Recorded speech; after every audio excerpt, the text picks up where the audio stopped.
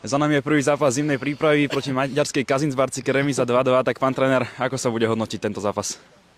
A tak výsledok samozrejme, že nie je až taký podstatný. Samozrejme, že chceme vyhrávať, ale videli sme všetkých chlapcov v akcii, čo trénovali tento týždeň, takže to bol cieľ, aby sme rozložili tú záťaž na 45 minút. Samozrejme, ťažké podmienky, veľká zima.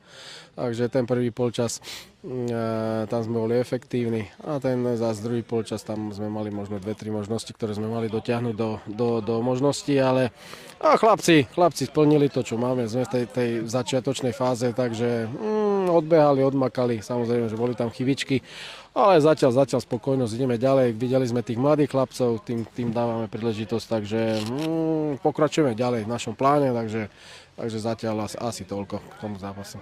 Obidva góly zaznamenal Mexičan López. Potešilo vás to, keď hľadáme tú náhradu za odidenca Pavla Oskasa? No tak to samozrejme, že je tu na to, dostal príležitosť, respektíve aj v súťaži nebol nejakých, takú minútaž nemal súťažiť dneska. Dneska 2 góly, no tak je začiatok prípravy, tak pokiaľ mu to takto bude sypať, tak budeme radi. Áno, hľadáme náhradu, konkurenčné prostredie, dúfam, že sa nám podarí vytvoriť, no a keď bude dávať góly, tak o tom to je, aby útočníci dávali góly a keď ich bude dávať, budeme vyhrávať. Takže áno, držím mu prsty, tak mu to ide ďalej.